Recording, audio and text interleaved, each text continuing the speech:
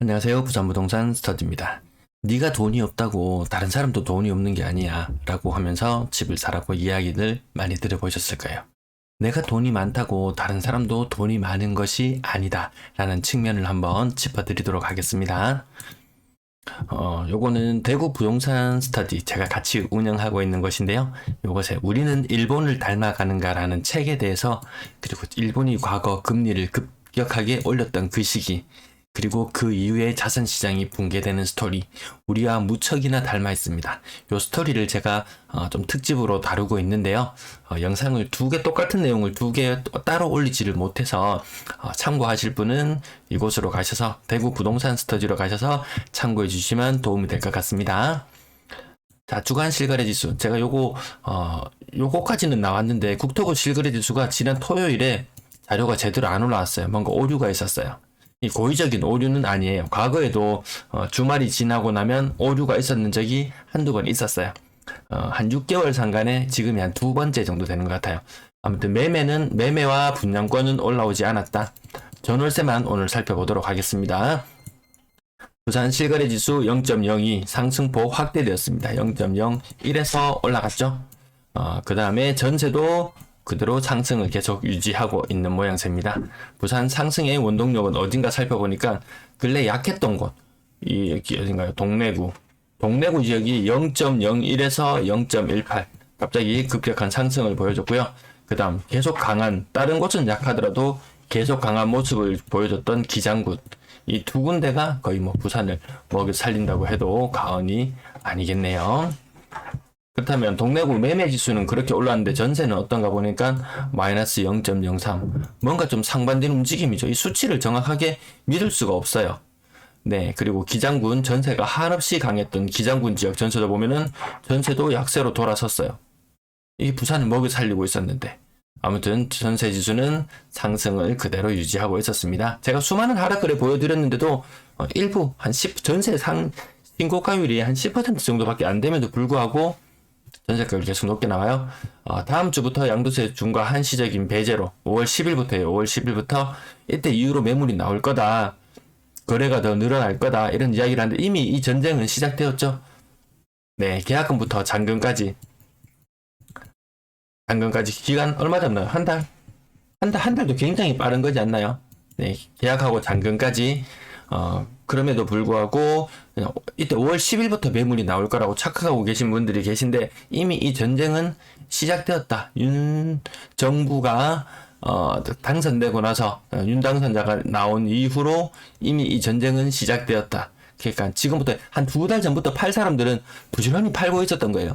올 연말 지나면 더 이상 이제 거래가 잘 안 되는데, 여기 보면은 뒤에 뉴스 내용 잠깐 보면은 연말까지 눈치를 좀 보겠다. 시간이 촉박하다. 연말까지 눈치를 좀 보겠다.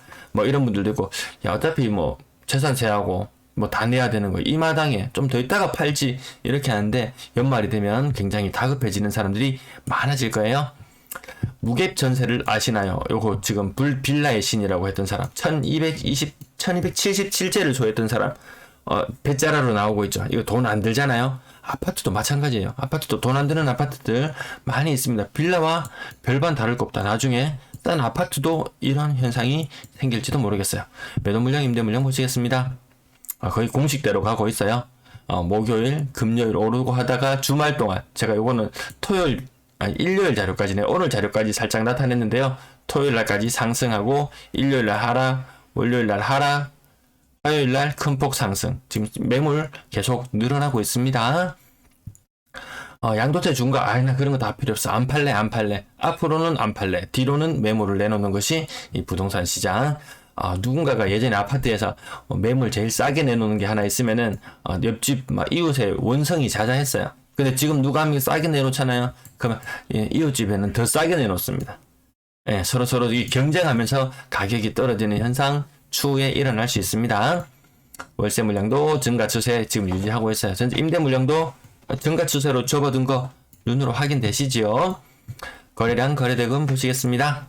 자, 거래량, 아파트 거래량, 요거 국토부 실거래가 자료 올라오지 않았고요. 분양권도 자료 올라오지 않았어요. 전세 거래량 나왔습니다. 기간에 23건을 제외하고 130 몇 건인가요? 131건 거래 많이 된 거예요. 신고가 비율이 10%가 안 돼요. 전세. 그리고 거래 신고 4월에 거래 신고 굉장히 많죠. 이게 신고율이 계속 높아져서 어쩔 수 없습니다. 이건 아마 5월달, 6월달 지나고 나면은 이 점들이 예년 평균보다 한 1.5배 정도 높은 곳에 찍힐 걸로 예상해 봅니다. 그리고 전세 가격을 두고 네가 돈이 많다고 다른 사람도 돈이 많은 게 아니다. 이런 제목을 달아본 이유는 아까 약간 뭔가 비꼬듯이 누군가가 이야기하는 그 말을 반대로 뒤집어 봤는데요. 전체 거래 신고된 건수가 154건이었어요. 154건 중에서 한 70건째 밑으로 떨어지기 시작하면은 2억 이하의 전세예요. 생각보다 싼 전세예요. 2억짜리 전세를 구한다 치면은 전세자금 대출 요즘 뭐 70% 80%까지 나오나요? 내 돈 한 5천만 원만 들고 있어도 살 수 있는 전셋집. 많은 자산은 아니잖아요. 모든 사람이 다 부유한 것은 아니다. 생각보다 절반 이상의 사람들은 2억 이하의 전세에 살고 있는 것 같다. 그 부분을 한번 짚어드리려고 했어요. 계속해서 떨어지는 전세 가격들. 오르는 곳은 요건 한 5% 정도면 요거는 그걸로 보이네요. 갱신거래. 갱신거래. 다른 데 다 떨어지고 있는데 누군가는 갱신으로 거래를 하더라고요. 자, 두 번째 페이지입니다. 두 번째 페이지. 첫 번째 페이지에서 여기 3월 4일, 2월 3일 제가 X를 표시를 하면서 보여드리고 있는데 요거 철 지났지만 신고 하기는 해야 되는 물건들. 그래서 신고 건수가 늘어나는 걸로 보일 수도 있습니다. 여기 먼저 X표 먼저 하고요. 그 다음 가격들. 쭉 떨어지는 거, 오르는 거 가격 보시면은 요거 하나, 명륜 2차 아이파크 요거 하나 정도는 많이 올랐고요. LG 신계금 얘도 좀 많이 올랐고, 그 외에는 억 단위로 앞자리 숫자가 다 바뀌면서 떨어지는 거래들이 끊임없이 이어지고 있다. 그럼에도 불구하고 몇몇 지역들 이 조사를 할 때 수치를 아주 높게 잡아버림으로 해서 마치 모든 시장 분위기가 좋은 것처럼 착각할 수도 있습니다. 자, 거의 다 떨어지는 거래가 대다수, 보합 거래도 일부 보이기도 하지만 떨어지는 거래가 확연히 더 많습니다. 자, 페이지 수가 내려올수록 가격대가 점점 떨어지기 시작하는데요. 이 신고가 현상들, 열 몇 건의 신고가 중에서 야 정말 좀 제법 올랐네 하는 건수들 한 5건.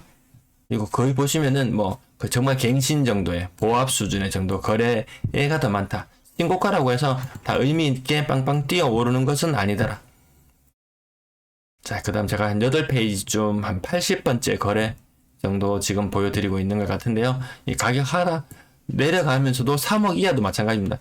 3자가 2자로 바뀌고 4자가 2자로 3자가 2자로 5자가 2자로 이런 것 좀 특수한 것 제외하고라도 이 앞자리 숫자가 3자에서 2자로 바뀌는 이런 거래들 굉장히 많이 나타나고 있어요. 싼 거건 비싼 건 상관없어요. 금리 지금 최대의 화두가 되어가고 있습니다. 지금 이제 8번째 페이지 보여드리고 있네요. 마찬가지로 고가의 전세가 있었던 것, 저가로 바뀌어나가는 현상들 계속해서 나타나고요. 지금 9번째 페이지 보여드리는데 이때부터 이미 이제 2억대 아래로 떨어지는 거예요. 154건의 거래량 중에서 이미 2억 이하의 전세 거래가 많다. 근데 또 2억 이하의 거래를 보면은 또 그렇게 많이 떨어지는 것 같진 않아요. 평균 전세 가격 올라가는 현상. 아주 기이한 현상. 전국적으로 보기 힘든 현상. 평균 전세가가 올라가서 그런지 그래서 전세 지수가 오르는가 이런 생각도 들긴 하지만 매매 가격 대비 평균 매매 가격이 3억대. 이 차이가 한 17% 정도 나네요. 평균 매매가와 평균 전세가. 네, 요거 차이 한 5천만 원 정도 차이 난다는 거 다음에 한번 짚어드릴게요. 자, 월세 거래량 100건 중에서 무려 34건이 기관에 신고예요. 그러면 76건 신고되었다는 말이에요. 전세 아까 153건 중에서 23건이 기관에 거래였고 121건. 전세 121건, 매매 76건. 그러면 죄송합니다. 전세가 131건, 전세 131건, 월세 76건. 그러면 매매는 몇 건이나 되었을까? 거의 월세하고 비슷한 수치의 거래가 되더라고요.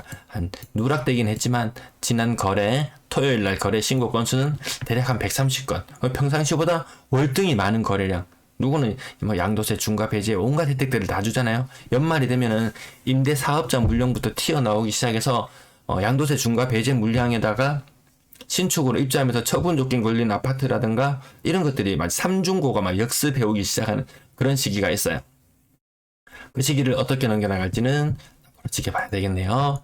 평균 월세 가격도 조금 주춤 올라갔다가 다시 약간 내려오는 모양새요. 아무튼 높은 상태에 월세 가격 5천 거의 한 5,800만 원에 월세 58만 원. 작년 말에 6천만 원에 60만 원에서 소폭 떨어지긴 했지만 임차인들은 여전히 많은 부담을 지고 있는 것 같습니다. 임대 거래량 4월 현재 3,016건, 이제 거래 일수가 20일 정도 남았어요. 20일. 이 어마무시한 거래량이 나타날 것도 같아요. 이 숫자가 굉장히 예전에 빨간 점 위로 올라가는 시기가 곧 다가옵니다. 이 누락되었던 거래들이 점점 많이 신고되는 현상들이 나타날 것 같습니다. 지금도 여기 보면은 여기 갈색 점들 보면은 예년 거래량보다 더 적었었거든요. 저 숫자가 저 갈색 선이 빨간색 선 아래쪽에 위치하고 있었던 것들이 점점 높아지고 있어요. 왜? 작년 5월 1일 이후인가요? 네, 거래 신고, 과태료는 부과되지 않았지만 거래 신고 좀 지연시키던 것을 그 신고해야 된다. 신고하는 것은 의무사항이에요. 신고는 의무사항. 근데 아직까지 계도 기간이라서 좀 봐준다. 과태료만 봐준다. 하지만 신고는 해야 된다. 그렇기 때문에 이 숫자들은 갈색 선들은 점점 빨간색 선 위로 올라가는 현상들이 계속해서 나타날 걸로 보여집니다. 그렇다고 거래가 활발해졌느냐? 그것은 아니더라고요. 오늘도 시청 감사합니다. 많이 기다리실까봐 좀 자료가 좀 부족하긴 했지만 올려드렸어요. 시청 감사합니다.